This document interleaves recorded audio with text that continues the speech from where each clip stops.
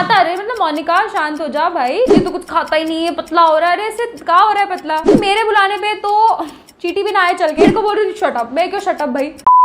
यार अब जैसे जैसे बड़े होते हैं तो हमें रियलाइज होता है कि बहुत सारी बातें जो हमें बचपन में बोली गई थी या फिर हम जो सुनते आ रहे हैं उनमें से बहुत सारी बातें स्कैम, झूठ, ऐसी चीजें थी। तो हम वो चीजें रिविजिट करने वाले हैं। Let's go. फिर है दिस वुड इरेज इंक। यार इससे इंक से लिखा हुआ या फिर पेन से लिखी हुई चीजें बिगड़ती थी या नहीं बिगड़ती थी वो मुझे नहीं पता, तो मुझे बहुत श्योरली पता है कि इससे पेपर जरूर फट जाता था। फिर है अंकल मारेंगे आपको। मम्मी को कुछ नहीं दिलाना होता तो मम्मी बोलती अंकल मारेंगे, दीदी मारेंगे। फिर अंकल दीदी खुद मेरे को बोल रहे कि 50 रुपए का चॉकलेट है, बोलो मम्मी को बेटा चाहिए, ऐसे करके वो मेरे को बोल रहे तो मैं रोऊंगी ना। पर अब मैं जब बड़ी हो चुकी हूँ तो मुझे ऐसा समझ आता है कि मम्मी ऐसे क्यों करती थी।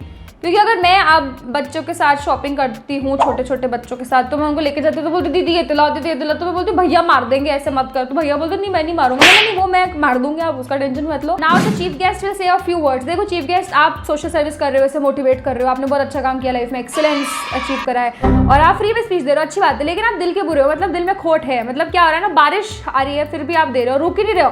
बच्चे बेहोश, हमारे क्लास की रागिनी रश्मि बेहोश हो गया, आप उनका नहीं सोच रहे हो तो फिर क्या मतलब? बोले जा रहे हो फ्यू वर्ड्स। फिर अगर आप एक बहुत बड़े मिस्टर बीन फैन हो, क्योंकि मुझे लगता है हम सब है, तो एक उसके बारे में एक फैक्ट है जो हम सोचते थे, ऐसा नहीं है कि mister Bean only had 15 episodes in total.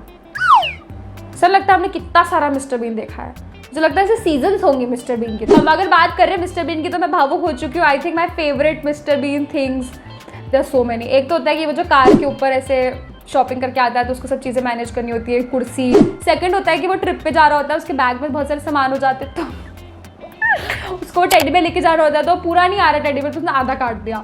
फिर उसको मोजे ले जाने तो एक ही मोजा रखा कि कम जगह है। क्योंकि मिस्टर बीन लाइक मी।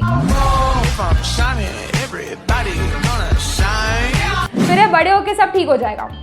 कितने बड़े होकर सब ठीक होगा ये भी कोई बता दो। कब तक हम वेट करें कि सब ठीक हो जाएगा लाइफ में। फिर है a blanket will protect you from everything. मैं तो अभी भी मानती हूँ मैं तो आज भी ये मानती हूँ कि अगर मैं कमरे में सो रही हूँ, मेरा एक पैर बाहर है ब्लैंकेट से, तो मुझे कोई से खींच के ले जाएगा तो मैं पूरा अंदर जाके फिर आई फील सेफ। मैं गाइस मैं चाहती हूँ कि मैं स्कैम के अंदर रहूँ, मैं कुछ स्कैम से बाहर आना खुद भी नहीं चाहती हूँ। तो हमारा नेक्स्ट बहुत बड़ा स्कैम आ रहा है फ्रॉम ऊनो कंपनी। ऑफिशियली उन्होंने अभी बोल दिया है कि अगर ड्रॉ 4 आ रहा है तो आप ड्रॉ 2 उस पर नहीं डाल सकते। क्यों नहीं डाल सकते? हम तो ऐसे ही करते हैं क्योंकि 6 उठाना पड़ता सामने वाले को। बट ये ऑफिशियली उन्होंने अभी डिनाई कर दिया है। बट देखो वो कौन सा घर में देखने आ रहे हैं ना, तो आप कर सकते हो ये से। बात तो सही है फिर है crossing your fingers will nullify mummy की कसम। यार मेरे को इतनी गुस्सा आती थी ना बचपन में, मतलब इतने छोटे छोटे बच्चे, हम 6-6 साल के बच्चे इतने छोटे से उम्र में ऐसे बोलते मम्मी कसम खाओ, चल पापा कसम खाओ, विद्या की कसम खाओ, बुक्स की कसम खाओ, स्कूल की कसम खाओ, चॉकलेट। ऐसे के पागल बच्चे कहाँ से आते थे ऐसे बच्चे? क्यों कसम खाओ? मैं झूठ बोलने वाली बच्चों, मैं नहीं खा सकती कसमें। फिर आता है carrots will improve your vision. जिन बच्चों ने शिद्दत से बचपन से कैरेट्स खाए हैं, आई एम सॉरी तुम्हारे साथ बहुत बुरा हो गया गाइज। मैंने तो कभी कही नहीं, मम्मी बोलती इससे आँख खराब हो जाएगी। मिला देखो वो तो होनी है। अब इतना टीवी देख रहे हैं हम लोग तो वो बचा नहीं पाएगा इतना सा गाजर। बस आखिरी बाइट है पक्का। यार इस बारे में मैं बात करना चाहती हूँ कि आजकल बहुत सारी मम्मियों को मैंने सालों से देख रही हूँ, जिन के बच्चे छोटे से बड़े हो रहे हैं, कि वो अपने बच्चों को जितना भी खिलाए कम है। मतलब उनकी आदत बच्चों की ऐसी है कि हर 2 घंटे में बहुत सारा खिला रही है। और ऐसे रूटीन्स है कि 4 बजे इसको खिलाना है मुझे। फिर मतलब इतना सारा हर 2-2 घंटे में एकदम ठूसने के बाद कहती है तो कुछ खाता ही नहीं है, पतला हो रहा है। अरे इससे क्या हो रहा है पतला? मतलब खा तो रहा है, इतना सारा खा रहा है। अभी कितना खाया? मतलब 60 साल के लोग इतना नहीं खा रहे जितना 4 साल का आपका पिंकू खा रहा है इतना। तो कोई बात नहीं, मम्मी वाले इंस्टिंक्ट कम रखो। Next this is the worst batch in my 18 years of career. यार ये जो टीचर बोलती थी कि सबसे वर्स्ट बैच है, इतने नालायक बच्चे में लाइफ में देखे, एकदम फिश मार्केट, सब्जी मंडी, गॉड मैं नहीं बात करूँ, ऐसे करती थी। बट एक और चीज टीचर करती थी हमारी क्लास में आके, वो रोती थी। बहुत टीचर हमारी क्लास में रोई है। तो मुझे लगता है कि हम लोग सच में इतने खराब है, मतलब हो सकता है हम सच में 18 इयर्स के सबसे ज्यादा ही खराब नालायक बच्चे हो। नहीं मतलब यार ठीक है, मतलब ऐसा हंसना नहीं चाहिए। मैम रो रही है और हंसते भी नहीं थे, लेकिन मॉनिटर लोग जानबूझ के हीरो बनने के लिए खड़े थे। Guys stop laughing, ma'am is crying. दिख रहा है वो क्राइंग, हम नहीं हंस रहे, तू ऐसे माता मत बन। उसमें माता अरे मतलब मोनिका शांत हो जा भाई, पानी लगे दे, मैडम फेवरेट आपकी, उसको चुप करवा। हमने क्या कर दिया ऐसा?